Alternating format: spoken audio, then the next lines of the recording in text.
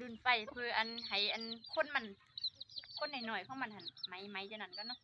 มันออกก่อนเป็นยังตัวเป็นยังแดงหมดเลยสบายดีพ่อแม่พี่น้องมูสุกุนเนาะยินดีต้อนรับเข้าสู่ช่องพิมพ์หรือหน่อยบรรณาอีกคือเก่าซึ่งมื้อนี้พิมพ์สิมาตุ่มไก่กินเนาะพี่น้องเนื่องจากว่ามื้อนี้บ่มีห้องกินเนาะบ่ได้ไปสอห้องกินมาแล้วก็มื้อนี้สิมาจับเอาไก่อยู่เฮือนนี่แหละก็มา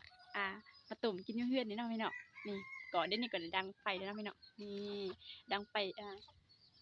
ตุ่มน้ำทางน้ำไว้นี่เพื่อที่จะลดคนมันเนาะแล้วก็ไก่เขาก็ได้เกี่ยมไว้วันนั้นแล้วนี่ได้เกี่ยมไว้ทันแล้วเป็นที่หอยเลยเนาะช่วงนี้ก็แบบรู้สึกว่าบ่ได้กินศีลบ่ได้กินปลาจังนั้นนะแล้วก็สิมาจับไก่มาตุ่มเนาะพี่น้องเนื่องจากว่ากินได้พักตลอดเนาะก็อิ่ม ก็เปลี่ยนแนวกินได้เนาะน้ำก็ยังบ่ทันพดเพิ่มพี่น้องถ้าก็ค้างไว้ได้น้อยนึงซื่อๆ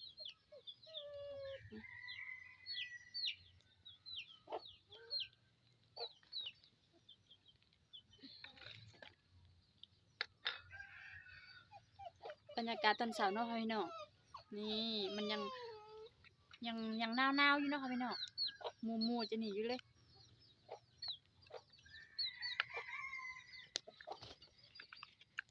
เดี๋ยวนี้ก็เป็นเวลาที่7 โมงยังเลยเนาะแต่ว่าหมอกก็ยังไล่จะหนีอยู่เลยช่วงนี้ก็แบบ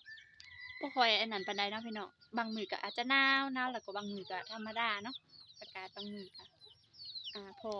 พออยู่ได้แบบบ่หนาวเกินจังนั้นเนาะ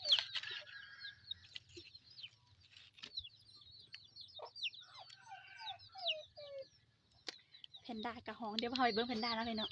เฮามาเบิ่งเนาะว่ามันใหญ่ส่ำใดแล้วเนาะคือบ่ได้เข้ากล่องนำโดนแล้วเนาะนี่แพนด้ามานี่พี่น้องใหญ่แล้วอุ้ยหายเติบนี่เพิ่นใหญ่แล้วเด้นะเดี๋ยวนี้นะแพนด้าเบิ่งกล่องเด้พี่นี่เบิ่งกล่องเลยความดื้อความซนเนาะพี่น้องสุดเลย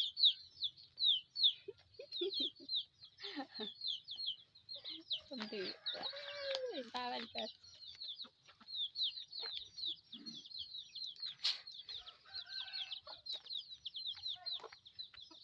คือ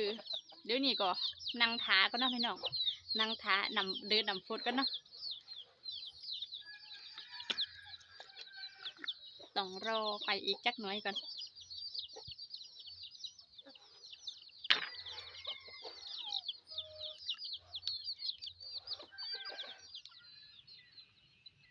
คือเดี๋ยวนี้เขาก็ได้ลวกแล้วเนาะพี่น้องแล้วก็ลวกกับโมที่แล้วแล้วเนาะเดี๋ยวเขาก็สิเอาไปลนไฟแล้วก็มาตุ่มเลยเนาะพี่น้องเปล่าเฮ็ดเปล่าแล้วเนาะอีกจักหน่อยมันตายก็สิอยากกินเขาก่อนเนาะ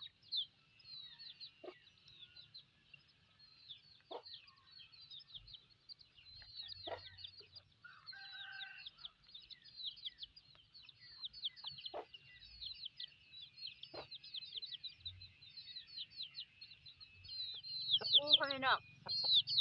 รู้สึกว่าตีนไก่นี่แบบแปลกๆเนาะแต่ละตัวคือแบบมีอันแต่อันเดียวจะหนีอยู่นี่แต่ว่าอันตัวนี้มันเป็นแงมจะหนีทั้ง2 เบื้องเลยเด้แปลกๆเนาะโอ้โหไก่ตัวโลกเลยครับอันนี้เป็นไก่ผู้เจ้าโลกเนาะพี่น้อง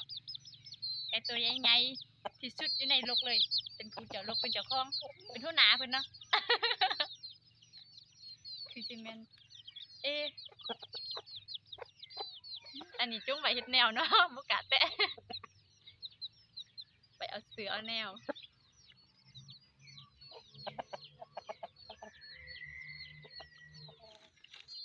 หลังจากที่เฮาลกแล้วเนาะพี่น้องเฮาก็สิมารุ่นไฟเพื่ออันให้อันคนหน่อยๆเพราะมันหั่นไม้จังนั้นก็เนาะให้มันออกก่อนแล้วก็เฮาก็สิไปคั่วแล้วก็สิเอามาต้มเนาะพี่น้อง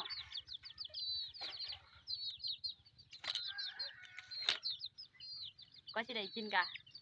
บ่แม่นของง่าย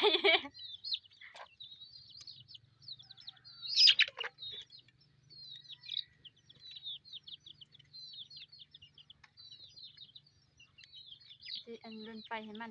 อันข้นหน่อยๆของมันอันออกก็เนาะให้เนาะ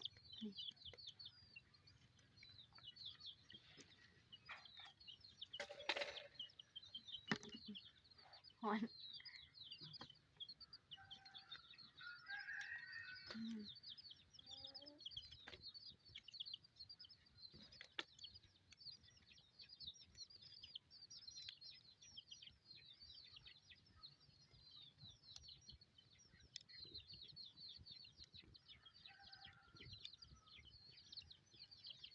โอเคเนาะน่าจะได้แล้วเนาะทีนี้ก็ไปขูดกันเด้อเนาะเดี๋ยวก็พอกลับมาเบิ้งตอนทีตุ่มเนาะเอาเนาะหลังจากที่เขาขูดแล้วเนาะพี่น้องเดี๋ยวเรามาเบิ้งเครื่องปรุงเนาะว่าพิมพ์กะเกียมเครื่องปรุงหันมีจะมียังเด้เนาะพี่น้องเดี๋ยวมาเบิ้งนำกันนะนี่พิมพ์ก็ได้เกียมมาแบบนี้แหละเป็นพิมพ์หอยแล้วเด้นี่ก็จะมีสำหรับสูตรของพิมพ์เนาะก็จะมีจะใส่ขิงนี่ขิงอันไหนก็คือพิมพ์ปลูกเองเนาะขิงอยู่ส่วนนี่แหละแล้วก็หัวกระเทียมเนาะนี่ก็เกลือเป็นโน่ส่วนพริกนี่พิมพ์ก็สิใส่ของพริกพกเนาะพิมพ์จะมาค้างแล้วก็ตำใส่เลยอันผักหอมก็จะมีแต่ผักหอมบัวผักหอมปลอมนี่มันก็อยากไหม้แล้วเนาะบ่มีแล้วช่วงนี้ถ้ากะหวานไหมบ่ปรุงผักแพรวก็แห้งแรงซะเหลือเกิน บ่ได้ใส่เลยเนาะเดี๋ยวเอามาทำการทับอันขิงก่อนเนาะขันมีใบมาใส่ได้แห้งหอมเด้เนาะแต่ช่วงนี้มันเป็นช่วงบ่มีใบมันมีแต่หัวแหละเนาะ เดี๋ยวจะมาทับขิงก่อนเนาะพี่น้องนี่ทับพอมันแตกประมาณนึงแล้วก็ใส่เลยเนาะใส่หัวเดียวกันนะจะได้แหละใส่ลงไปทำการทับอีกคือเก้าเนาะนี่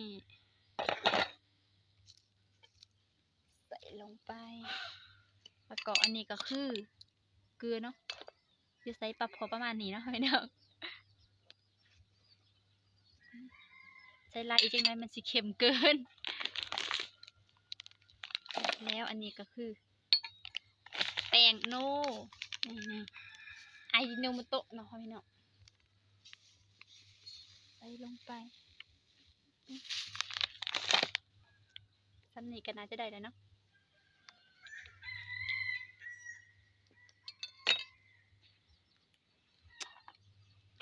เอาเนาะเดี๋ยวนี้ก็มีแต่ทาให้มันสุกอย่างเดียวเนาะพี่น้องแล้วเขาก็สิมาฆ่ามักพริกทะนี่เอาพริกอันนี้ก็คือได้เสียบเกี่ยวมาแล้วเนาะสิมาฆ่าแล้วก็ตำไป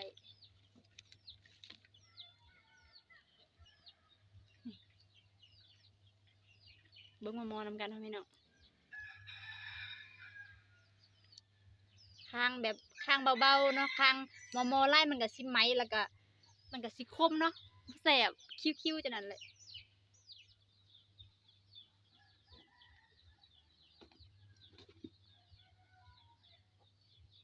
จะได้เลยเนาะพี่น้องนี่แฮมแล้วเนาะก็ประมาณนี้แล้วก็มาตำเลยเนาะ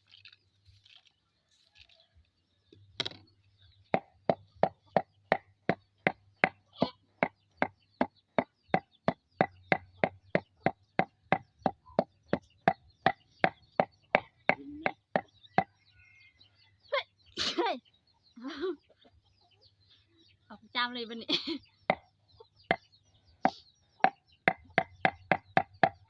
เอานะตำพอประมาณนึงก็พอเนาะเพราะว่าน้ำปลาเขาดังเขาไล่ผดนี่ซ้ำนี่ก็พอเลยนะพันกับอูดอีก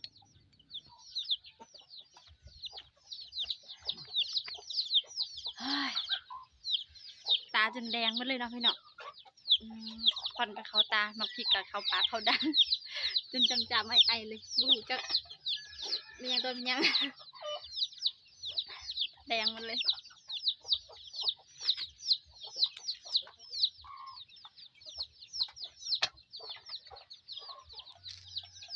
บรรยากาศมันก็ยังคือเก่าเนาะพี่น้องมันก็ยังมีหมอกจะนั้นอยู่คือเก่าเดี๋ยวนี้กับ8 โมงแล้วค่ะเบิ้ง7 โมงปลาย8 โมงยังเนาะพี่น้องคือสิว่าที่ได้กินก็คือสิเป็น8 โมงปลายถึงแล้วเนาะต้องอดใจรอนิดนึง ใจเย็นๆหาเนาะ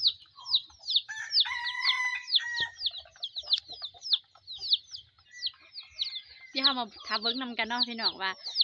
หน้าตามันสิเป็นจังไดเนาะว่าพิมพ์ตุ่มไก่เทื่อนี้ว่ามันสิแซ่บหรือว่าสิเป็นแนวใดเนาะพี่น้องเนาะเดี๋ยวเฮามาทาเบิ่งนำกันเนาะว่าหน้าตามันสิเป็นแนวใดเนาะไก่นี่ก็ได้เนาะไก่ของเฮาเดี๋ยวเฮาสิเอาไว้ให้มันเย็นๆกันเนาะไก่ก็มากวนเอามาไว้ทางนี้ซะไก่นี่ก็ลายที่เหลือเกินเนาะเอามา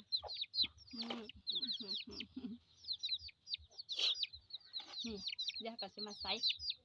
ผักหอมนะ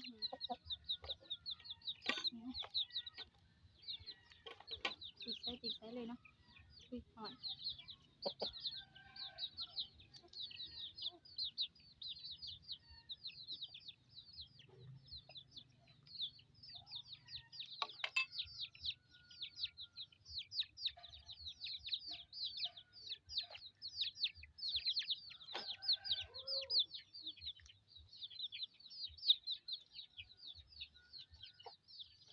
นี่เลย